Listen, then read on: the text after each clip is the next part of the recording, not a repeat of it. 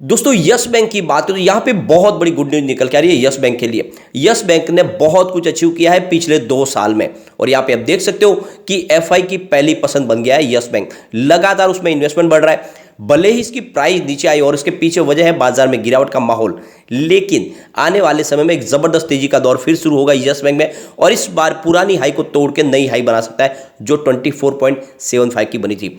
जैसे कि आपको पता होगा पिछली बार जब स्टॉक दौड़ा था, यानी जब शुरुआत हुई थी इसकी 10-12 रुपए से, तब ये आप समझ सकते हो कि ये 21 के आसपास गया, यानी 20.85 की इसने हाई बनाई थी। उसके बाद पिछले 1 साल 1.5 साल तक स्टॉक उस लिमिट के दायरे में रहा, लेकिन जब दूसरी बार स्टॉक ने हाई बनाई थी तो वो 18.20 की बनाई थी और इसके बाद जो तीसरी हाई बनी वो 24.75 की बनी। लेकिन इस बार जो हाई है वो 30 को टच करने की संभावना बन जाएगी क्योंकि माहौल बहुत पॉजिटिव बन रहा है यस बैंक को लेकर। अभी फिलहाल बाजार में थोड़े से सेंटीमेंट बिगड़े हुए, जैसे ही यहाँ पे पॉजिटिव माहौल बनेगा तो स्टॉक रॉकेट की गति से दौड़ सकता है और इसके पीछे ये रिपोर्ट आपको देखनी चाहिए। तो इन सारी बातों को समझेंगे इस वीडियो के माध्यम से और क्या इस समय में यस बैंक में गिरावट का फायदा उठा के निवेश कर लेना चाहिए।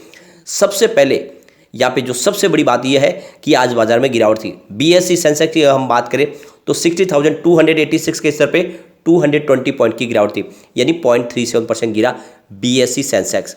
निफ्टी 50 की बात करें तो 17,721 के स्तर पे 0.24% की गिरावट थी। निफ्टी बैंक में आज तेजी थी कुछ, 41,490 के स्तर पे 0.28% की तेजी थी, तो निफ्टी बैंक पॉजिटिव था। लेकिन निफ्टी पीएसयू बैंक में आज गिरावट थी, आप देख सकते हो 3,890 के स्तर पे 0.20% की गिरावट थी। और वैसे अगर आप देखें तो लगभग सारे इंडेक्स आज रेड थे, सब जगह पे गिरावट थी। निफ्टी प्राइवेट बैंक में पॉजिटिव थोड़ी सी क्लोजिंग देखने को मिली है, 21,208 के स्तर पे 0.19% की तेजी थी, तो कोई बड़ी तेजी नहीं थी, लेकिन उसके बाद भी यस बैंक के स्टॉक ने अच्छी तेजी दिखाई है और माहौल बाजार का अगर साथ देता तो आज स्टॉक में और अच्छी तेजी देखने को मिल सकती थी।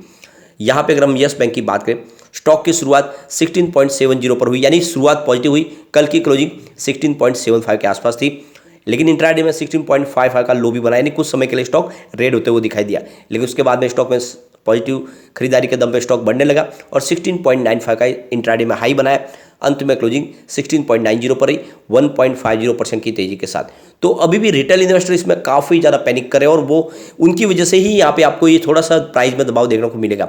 वॉल्यूम देखें तो पिछले एक महीने पर इसका 19 करोड़ का वॉल्यूम था, 5 करोड़ की डिलीवरी उठाई गई थी। 1 वीक पहले 17 करोड़ का वॉल्यूम होता, 5 करोड़ की ही डिलीवरी उठाई गई थी और कल भी 17 करोड़ का वॉल्यूम होता, 5 करोड़ की डिलीवरी उठाई गई थी। आज वॉल्यूम थोड़ा सा कम है, 10 करोड़ का वॉल्यूम है, लेकिन अच्छी बात है कि डिलीवरी बेस काम लगभग एक जैसा हो रहा है, काफ़ी अच्छी इससे यहाँ पे खरीदारी हो रही है। वॉल्यूम के मामले में आज नंबर 4 पे था यस बैंक पूरे बाजार में। अब यहाँ पे देख सकते हो कि बाजार में जो गिरावट का माहौल बन रहा है उसके पीछे वजह है एफआई बाजार में लगातार बिकवाली कर रहे। फरवरी के पहले महीने में जरूर शुरुआत में हमें 1,785 करोड़ की खरीदारी देखने को मिली, लेकिन उसके बाद 2 फरवरी को उन्होंने 3,065 करोड़ की भारी बिकवाली कर दी।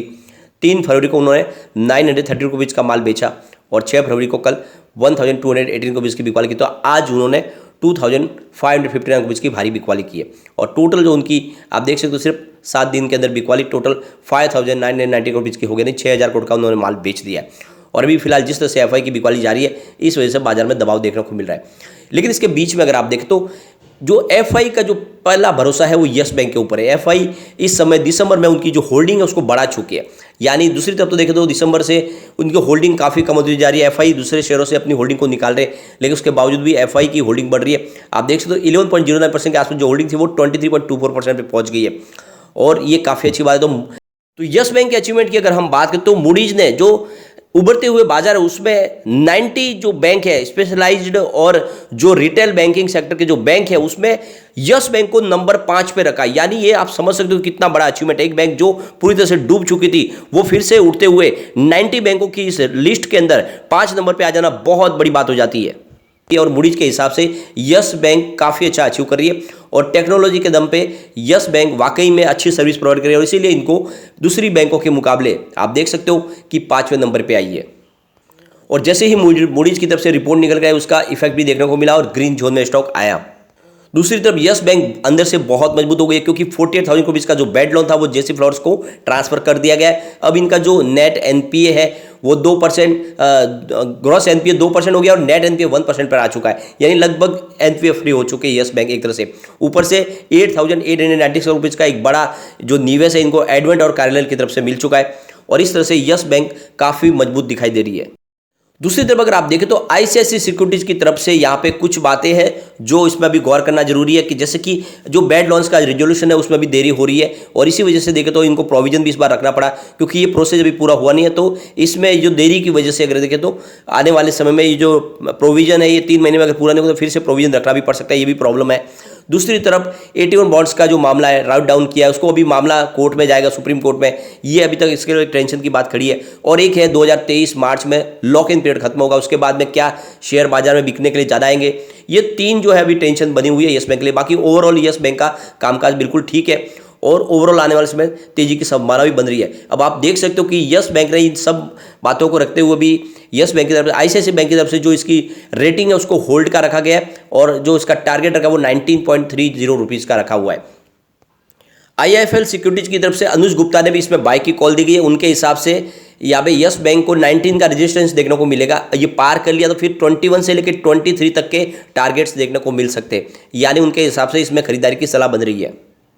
अब यहाँ पे यस बैंक ने एक बहुत बड़ा माइलस्टोन अचीवमेंट किया है। S&P global corporate sustainability assessment यानी CSA 2022 के granted the highest grade in among the Indian banks, यानी सबसे हाईएस्ट ग्रेड मिला है यस बैंक को। और बैंक जो है वर्चुअली जो डिजिटल ट्रांजैक्शन होते हैं उसमें हर थर्ड ट्रांजैक्शन में एक यस बैंक की तरफ से हो रहा है, यानी यस बैंक ने डिजिटल ट्रांजैक्शन के मामले में झंडे गाड़ दिए और कारोबार बहुत तेजी से इनका वृद्धि कर रहा है। और इसीलिए अगर आप देखें तो आरबीआई ने भी जो 4 पहले बैंकों को चुना डिजिटल करेंसी के लॉन्च के लिए, उसमें बड़ी बैंकों के साथ में यस बैंक को चुना, ये बहुत बड़ी बात है और एक तरह से एक बड़ा अचीवमेंट है। तो कुल मिला के देख सकते हो कि ये जो रिपोर्ट है निकल के आ रही है कह रही है कि यस बैंक वाकई में मजबूत हो चुकी है।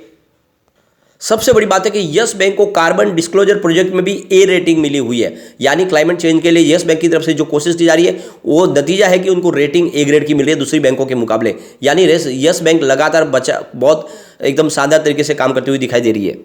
तो यहाँ पे आप देख सकते हो कि 2022 के लिए ग्लोबल ट्रांजैक्शन बैंकिंग अवार्ड्स है जिसमें ये ऑर्गेनाइज किया गया डिजिटल बैंकर के माध्यम से। तो यस बैंक को जो अवार्ड मिला है वो है कैटेगरी CMS की तरफ से, जो पेमेंट और कलेक्शन ट्रेड फाइनेंस के लिए जो ट्रांजैक्शन होता है, जिसमें आप देखो ग्लोबल ट्रांजैक्शन में यस बैंक को CMS का जो अवार्ड दिया गया है। तो ये आप समझ ही सकते हो कि जिस तरह से यस बैंक की जो बैंकिंग प्रणाली काम कर रही है वो वाकई काबिल तारीफ है और इसी वजह से लगातार इनको ग्लोबल अवार्ड भी मिल रहे हैं।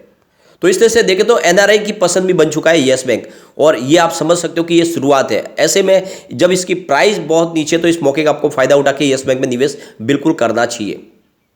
सबसे बड़ी बात है कि आईसीआईसीआई सिक्योरिटीज ने भी अपनी जो इसके जो टारगेट्स है उस टारगेट को यहाँ पे रिवाइज कर दिया है और टारगेट को बढ़ा दिया है। तो आप देख सकते हो उन्होंने जो रेटिंग रखी है उसकी होल्ड की और जो पहले इसका टारगेट था वो 15.70 के आसपास था, उसको अब बदल के उन्होंने 19.30 का टारगेट कर लिया है। तो ये आप समझ ही सकते हो आईसीआईसीआई डायरेक्ट की तरफ से इसका टारगेट बढ़ता हुआ दिखाई देगा और ये एक तरह से बहुत बड़ा शुभ संकेत है।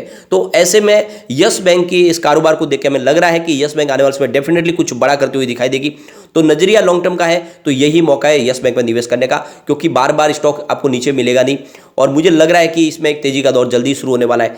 वैसे सारे के सारे शेयरों में गिरावट के पीछे वजह बनी थी अदानी ग्रुप और उसके बाद में मामला बिगड़ा, लेकिन अब जल्दी ही यहाँ पे पॉजिटिव माहौल बनेगा तो ये स्टॉक जरूर ऊपर जाएगा और इसमें अब डरना नहीं है। स्टॉक में गिरावट की संभावना काफ़ी कम है और ये गिरते बाजार में भी स्टॉक ने आज साबित किया है, तो आपको निवेश जरूर कर लेना चाहिए। लेकिन फ्रेंड, कोई भी इन्वेस्टमेंट करने से पहले अपने फाइनेंशियल एडवाइजर से बारे में ले ले या अपना खुद का रिसर्च करें, क्योंकि मैंने वीडियो आपके एजुकेशनल पर्पज के लिए ही बनाया। वीडियो पसंद आए तो लाइक से जरूर कीजिए और चैनल को सब्सक्राइब कर दीजिए। Thank you friend.